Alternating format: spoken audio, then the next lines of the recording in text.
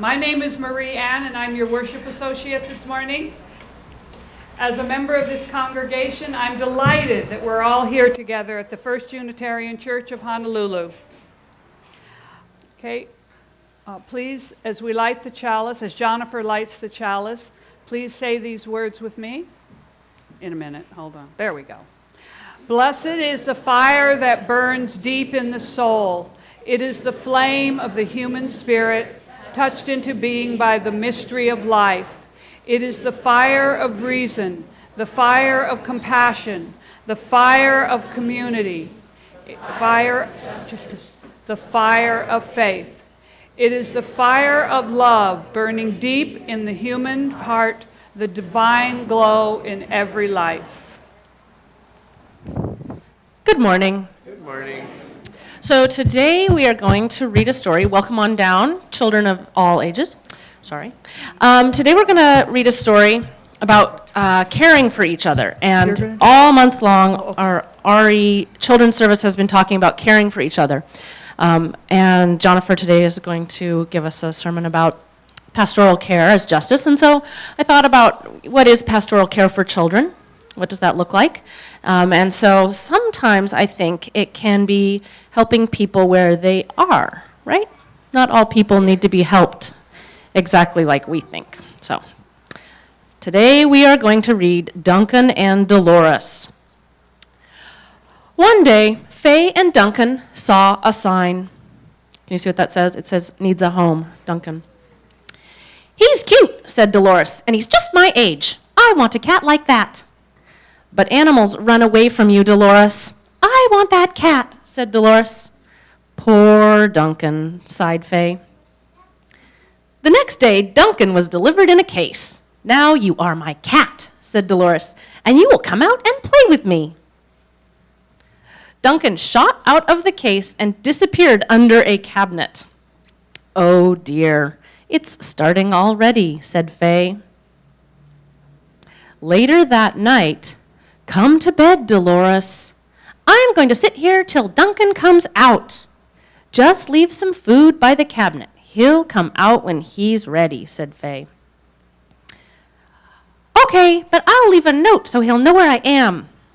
Oh, brother, said Faye. 2 days later, I'm so glad you finally came out, Duncan. Now we can play dress up. Cats don't like to play dress up, said Faye. Duncan does. Today I will wear a beautiful cape, and he can wear this lovely hat. Doesn't look so good. Duncan didn't want to play dress up. I understand, Duncan, you would rather do tricks. I will throw this ball, and you will bring it back to me. Go get it, Duncan! Duncan didn't want to do tricks. Here, Duncan, called Faye softly. You don't have to do tricks. Duncan walked over to Faye and sat in her lap.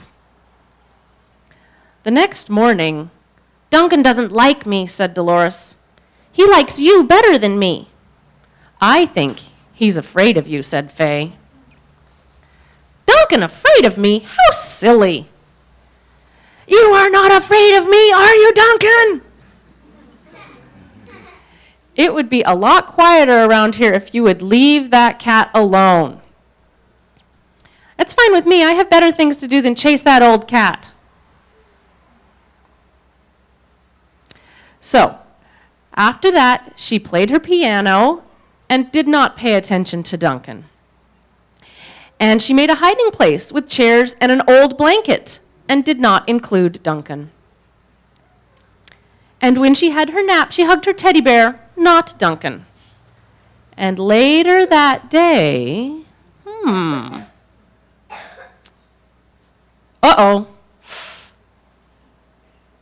And she says, now look what you did, Duncan. Duncan rolled the paintbrush toward Dolores. It stopped at her feet. Why, thank you, Duncan, said Dolores, and Duncan purred. That night, Duncan sat on my easel today, said Dolores. Really, said Faye. Then he brought me my paintbrush. That's nice, said Faye. Look, Faye, whispered Dolores. Look at Duncan. His chin is on my neck and it tickles. Faye, Duncan really likes me. Uh-oh. All right. So perhaps we need to care for people and cats as they might like to be cared for. So with that, we are going to do some singing. Let's make a bridge and sing our keiki off to their classes. Here we go. One more step. We will take one more till there is peace for us and everyone will take one more step. One more word. We will say one more word till every word is heard by everyone. We'll say one more word. Love is the spirit of this church, and service is its law. There is our great covenant, to dwell together in peace, to seek the truth in love, and to help. This speaks to our second covenant of right relations.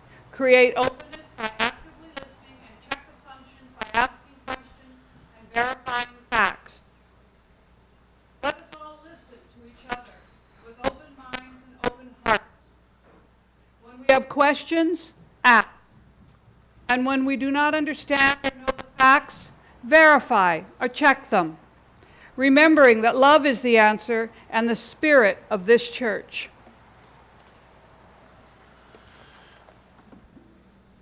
Please join me in this responsive reading. Train yourselves to catch a vision of the universe, to hear the voice in your heart guiding you gently to do those things which you have to do with courage and with peace.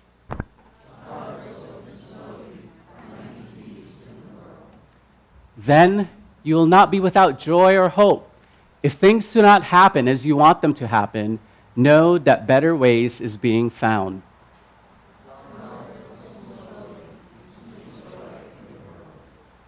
Trust and never forget that the true way is the way of love. Flowers do not force their way with great strife. Flowers open to the perfection slowly in the sun. Flowers open slowly to heal the world. Today, for our gathering music, we sang one of my favorite hymns of all times. In fact, I love it so much, I had it sung during my ordination service. Back in 2004, the song was sung during my ordination service. And I must tell you, every time I hear it, I still get chicken skin. And in fact, my friend loved it so much that he programmed a ringtone on his cell phone to ring to In the Midst of New Dimensions. And I don't know if you caught it or not, but the second verse is particularly appealing to me because it contains the line in which I'm going to be preaching about today of what it means to view pastoral care as justice work. Notice how the song begins. It begins depressingly enough on the second verse anyway, right? Through the flood of starving people. Can't get much more depressing than that, right? And yet, whenever we turn the pages of our newspaper or whenever I swipe my phone app, going through the various world events that are going on, I notice that there's so many disasters around the world that require my attention. Just 3 weeks ago, Cyclone Pam in Vanuatu. Just last year, Typhoon Haiyan in the Philippines. And a couple years before then, or was it longer than that? Maybe 3 years ago, the tsunami in Fukushima, Japan. Disaster after disaster after disaster, with homeless people and starving people, even children, all across our world. Makes us realize how vulnerable we are here in our island home of Oahu. We are too part of the Pacific Ocean, which doesn't feel very peaceful at times, does it? And here in our native land, we can't even go through a day without thinking about the starving people, even in our own backyards.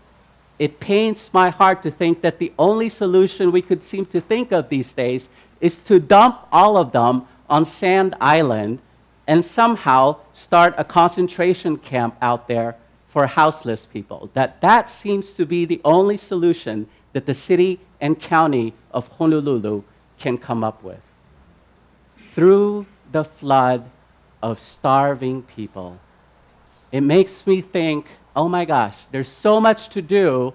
I am suffering from compassion fatigue here.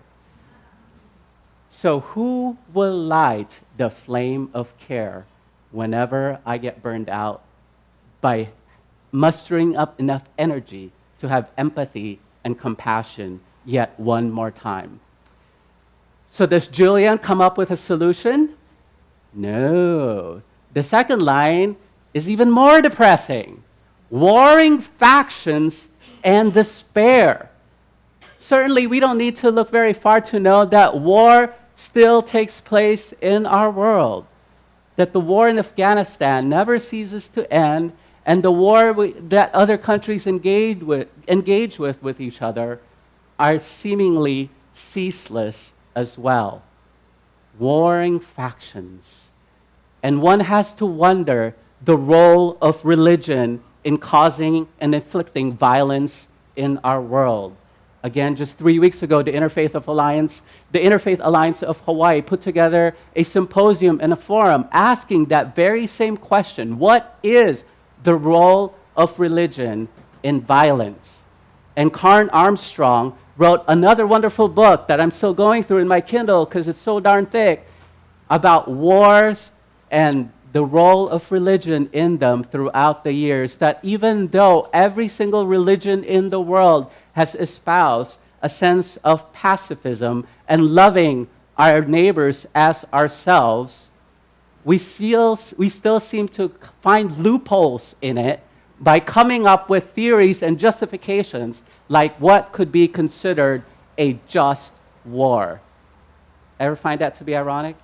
Unless we need to look outside our country, there is warfare going on even in America as we speak today.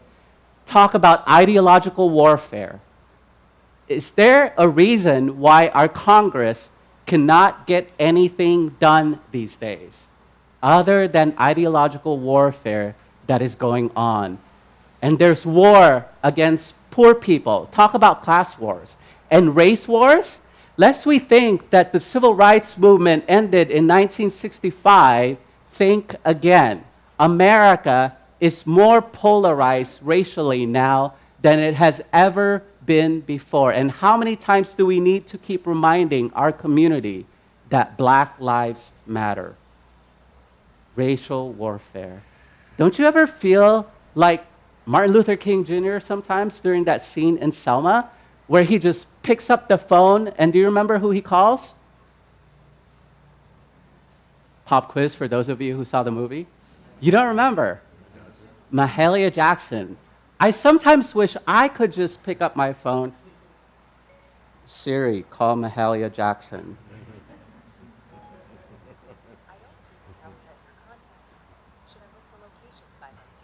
Did you hear that?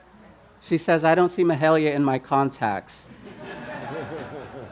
Unfortunately, because there have been so many moments in my life in the quest and the strive for justice in our world where I just want to pick up the phone and call someone who could sing to me, "Precious Lord, take my hand, lead me on, let me stand. I am tired, I am weak, I am worn. Through the storm, through the night, lead me on to the light. Take my hand, precious Lord, lead me home." I just want someone. Is there anyone out there to take my hand? Dr. King also said that we as people of faith are supposed to be the light of the world. But rather than being a headlight, we're oftentimes the tail light. You ever notice that? That we are supposed to be the ones shining the light on one another. We are supposed to be the ones lighting the flame of care, yet seldom do we heed that call. So are you ready for some hope here? Now that I've totally depressed you and you're asking for a razor blade from your neighbor there? All right, here we go. Here's the hope. The hope, I believe, comes with the chorus of this song, In the Midst of New Dimensions. Julian Rush, the Reverend Julian Rush, I should say, as Leslie indicated, was a United Methodist minister. And he heeded that call to light that flame of care. He heeded that call for 17 years until one day he decided he could no longer hide who he was. And he was truthful as to who he was, and he came out of the closet. And what does the church do that's supposed to all about the truth shall set you free? The truth sent him to the unemployment line because the Boulder, Colorado church decided they will withhold his salary because he is not legitimately ordained as a gay man back in 1981. And for your reference, the Methodist Church still does not ordain openly LGBT individuals. They still have it in their book of disciplines that one cannot be a self-avowed homosexual. So one could hide in the closet and not avow it, but you can't proclaim it publicly, right? And so Julian had the audacity to do that. And in his darkest moments, just when he was about to lose all hope, thankfully, the bishop had the grace and the capacity and the mercy to say, even though this church won't pay you what you're owed, I'm going to reappoint you to another church. So he was reappointed to a church in Denver, Colorado. So that minister and that bishop had the courage to light the flame of care when no one else gave a hoot about Julian Rush. And so how does Julian Rush return the favor? He not only writes this wonderful hymn with the chorus of God of rainbow, fiery pillar, leading where the eagles soar. Isn't that a beautiful imagery? So rich with symbolism. Ke Akua Oke Anui Nui in Hawaiian, the God of rainbow. And if that language doesn't work for you, just think about it as this flame of the love of hope that is leading you in your darkest times, that is shining a light on whatever it is that you're going through, who is practicing radical care and inclusion.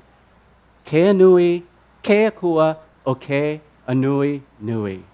Leading where the eagles soar. We, your people, ours, the journey, now and ever, now and ever, now and evermore. We, your people, ours, the journey. Notice that the impetus to do good in the world and to repair the world does not rest on the deity alone, but it rests on the rest of us because it is our journey. In fact, the other title to this hymn is not In the Midst of New Dimensions, but it's Ours, the Journey. It points to the fact that we are the ones that we have been waiting for. And so what happens during the mid-1980s when there was a crisis in the LGBT community, and there was this virus called the HIV virus, and there was this president that didn't even want to acknowledge that this virus exists, let alone try to find a cure for it, right? Do we know which president we're talking about? Well, let me give you a hint. Well, right? When he couldn't even mention the word AIDS publicly, Julian Rush decided to start the Colorado AIDS Project. And he said, I will light that flame of care. There is no dispensable human being on the face of this planet that we all deserve to be loved and cared for. That's what justice has got to do with it, right? Again, Dr. King said that indifference to evil is more evil than evil itself. Apathy, in other words, is the greatest sin of all. If we don't practice care for one another, we might as well give up on any hope that this world may have. And let me tell you something. Let me share a story with you. People who are coming in through the doors of our church and attending our social justice council meetings, they're not necessarily looking for an intellectual discussion about the injustices in our world. They're looking for someone to journey with them and to care with them and to hold their hand and say, I will stand with you. I will give you hope. I will be with you on this journey because I know that you are tired, you are weak, and you are worn. That you've been beat up enough by this world and what's going on in our society. You need a place where you could lay your head and rest and be cared for. Is it any wonder that, again, in Hawaiian, the word for take care is malama pono? Ever wonder why these two words are joined together and that they're inseparable? I think you can't have justice or pono without malama or care.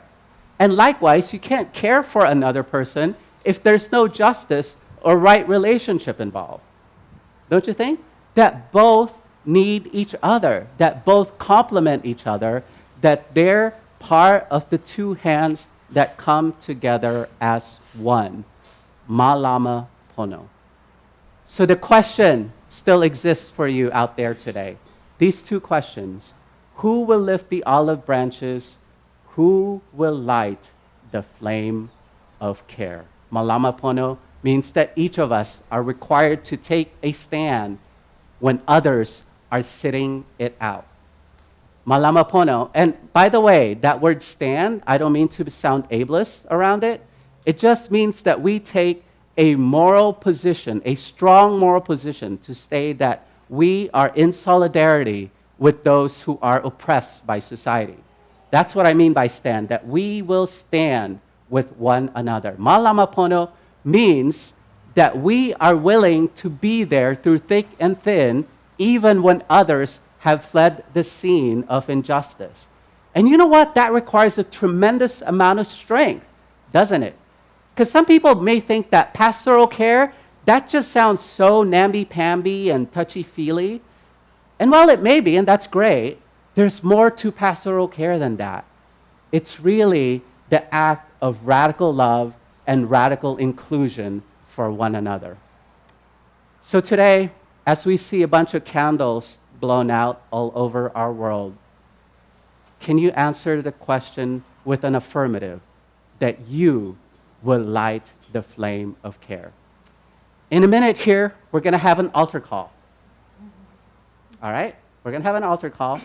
And what I'm going to ask you to do as we sing this song is to rise in body or in spirit as you're able and join in the chorus as you can say affirmatively that you agree to the words and that you will stand with us on our quest for justice.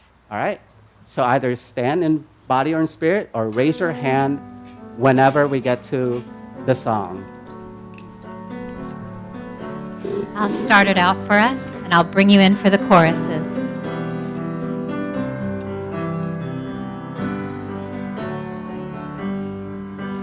I will stand with you.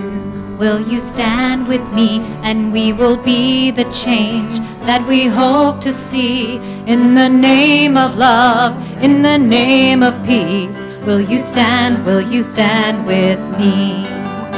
When injustice raises up its fist and fights to stop us in our tracks, we will rise. And as one resist, no fear nor sorrow can turn us back. Everyone, I will stand with you. Will you stand with me? And we will be the change that we hope to see. In the name of love, in the name of peace, will you stand with me? When pain and hatred turn up angry noise and fight to drown out our freedom song, We will rise in one joyful voice, loud and clear and ever strong. I will stand with you.